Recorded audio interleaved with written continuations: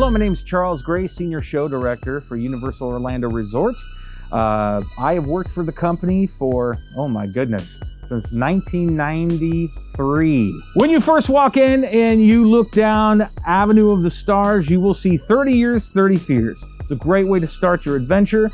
We have the classic Halloween Horror Nights lit up on top of the truss with some amazing characters, great photo opportunities. But if you take a right and go down Hollywood instead, it's lights, camera, action, featuring Eddie. It's as if a film production crew has decided to put on or create a film, scary film, with all our past characters. It's a lot of fun, lots of chainsaws. Going through Central Park, it's this organic look, and this time it's Gorewood Forest with the Terror Queen. She's back. Something has happened to Eelmouth, if you know that character, which is a lot of fun, but great design and sculpting in that section. Very organic. Lots of camo scares in there. And then we go over to Crypt TV, which is the San Francisco area. It's thoroughly entertaining, but amazing designs in there. And then we go into New York, which is Seek and Destroy. It's very kind of this 1984 Orwellian type aliens that have come down and are taken over by the controller. He's using humans to fuel himself. That's our street zones.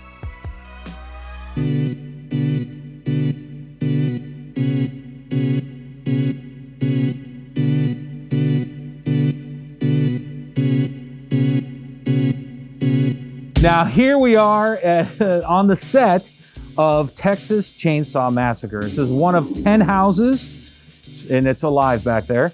And it's an amazing house. It's probably our grittiest house this year.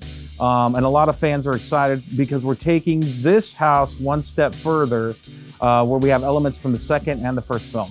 We have Bride of Frankenstein Lives, an amazing tale of really takes place directly after the Bride of Frankenstein movie. She's only in there for a few minutes, but as the tower collapses, she finds her love, really the only person who ever showed her love, is dead. It's her quest. It's like a gothic romance on how to bring him back to life. And we also have Beetlejuice. Don't say it 2 more times, but he's the ghost with the most. We try to retell the movie, but all your favorite scenes are in there. And it's loads of fun. And for the Uber fans, it's a must.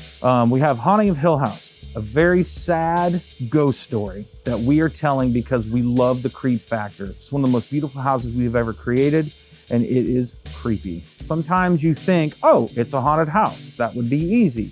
But a true house has a lot of hallways. It has a lot of square rooms that aren't necessarily indicative of scares. So finding those niches and places where we can get a good scare can sometimes be difficult, and it takes a little bit longer to find those ways to be scary. We've succeeded this year, but if it were to, for example, take 5 days to come up with something, it probably takes 2 times as long when you actually have a house structure. So build takes, my goodness. We start in February with the very first house usually. That's around the time. But to actually come up with, create the house from inception all the way, it's about 15 months. Now, those of the intellectual properties are historical, as Welcome to Scary. We've always had to have this fictional town where things would take place, the strange, the macabre. What is this town? Well, it's Cary.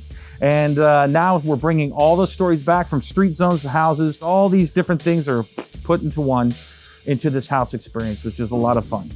We have the Icons house.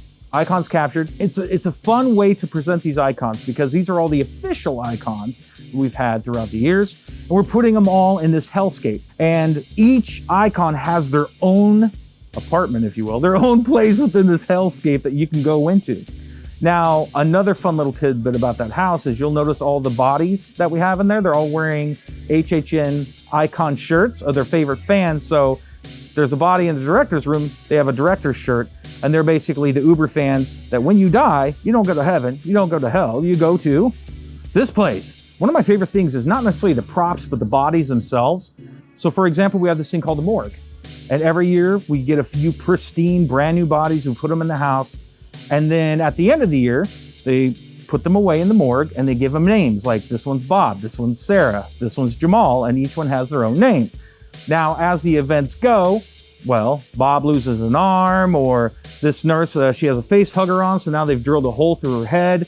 So there's different elements that they slowly get smaller and more decayed, and you're like, oh, this is the last year we can use Alice or Bob or whoever. So it's fun kind of tracking these bodies along the way. I'm one of the only people who gets to see this book, so I feel very honored to work with the decor team to see the morgue. You know, I'm always asked the question, what is your dream house or something like that. It really, honestly, probably my favorite things are the ones that are least expected.